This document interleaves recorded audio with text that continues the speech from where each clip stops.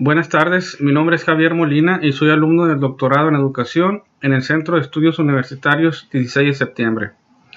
El objetivo de este video es explicar la teoría del aprendizaje significativo, las ventajas de utilizarlo para la educación actual, así como el rol del alumno y del docente. La primera pregunta es: ¿quién promueve esta teoría? David Paul Ausubel nació en Brooklyn, Nueva York, y después de terminar su formación en psiquiatría, estudió en la Universidad de Columbia y obtuvo su doctorado en Psicología del Desarrollo.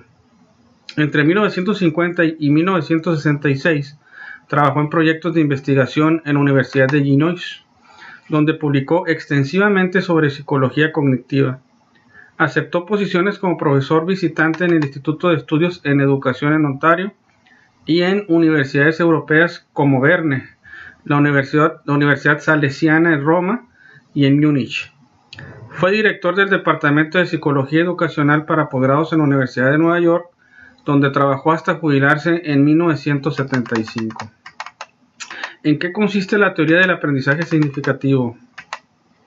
El aprendizaje significativo es, según el teórico norteamericano David Ausubel, un tipo de aprendizaje en que un estudiante relaciona la información nueva con la que ya posee, reajustando y reconstruyendo ambas informaciones en este proceso. Dicho de otro modo, la estructura de los conocimientos previos condiciona los nuevos conocimientos y experiencias, y estos a su vez modifican y reestructuran aquellos. Este concepto y teoría están enmarcados en el marco de la psicología constructiva. Ausubel plantea que el aprendizaje del alumno depende de la estructura cognitiva previa que se relaciona con la nueva información. Debe entenderse por estructura cognitiva al conjunto de conceptos, ideas que un individuo posee en un determinado campo del conocimiento, así como su organización. En el proceso de orientación del aprendizaje, es de vital importancia conocer la estructura cognitiva del alumno. No solo se trata de saber la cantidad de información que posee, sino cuáles son los conceptos y proposiciones que maneja, así como su grado de estabilidad. Ausubel resume este hecho en el epígrafe de su obra de la siguiente manera: si tuviese que reducir toda la psicología educativa a un solo principio, enunciaría este: el factor más importante que influye en el aprendizaje es lo que el alumno ya sabe. Averígüese esto y enséñese consecuentemente. ¿Cuál es el rol del alumno y del docente? El docente cumple un papel fundamental, es el encargado de entregarle el aprendizaje al alumno. Lograr que sea significativo, que el alumno no lo olvide, que lo logre procesar y usar cuando deba hacerlo, ejemplo, en una prueba.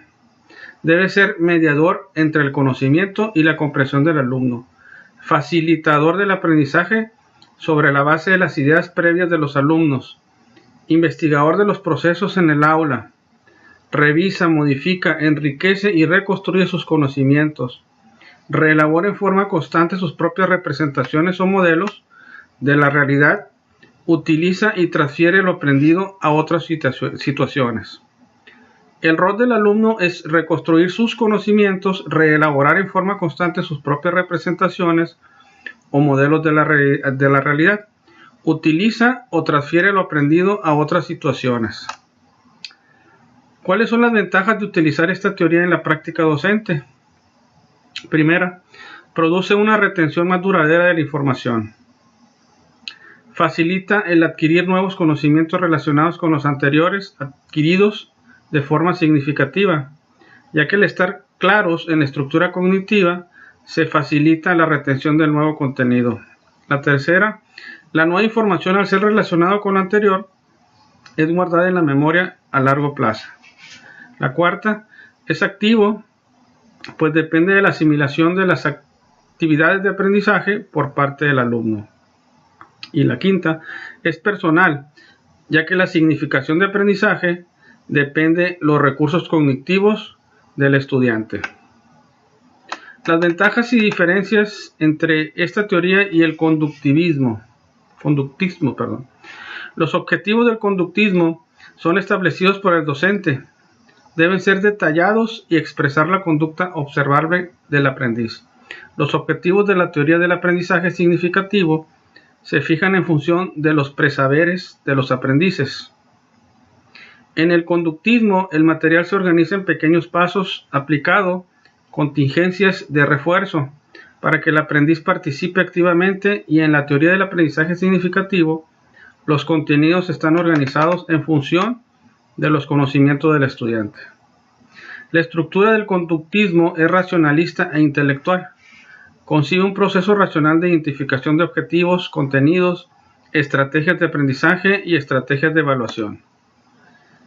Y de la teoría del aprendizaje significativo existen dos grandes posibilidades: el aprendizaje receptivo, en cuyo caso se presenta de manera totalmente acabada el contenido final, que a ser aprendido, y el aprendizaje por descubrimiento, en cuyo caso no se entrega al estudiante el contenido final acabado, sino que éste tiene que ser descubierto. Muchas gracias.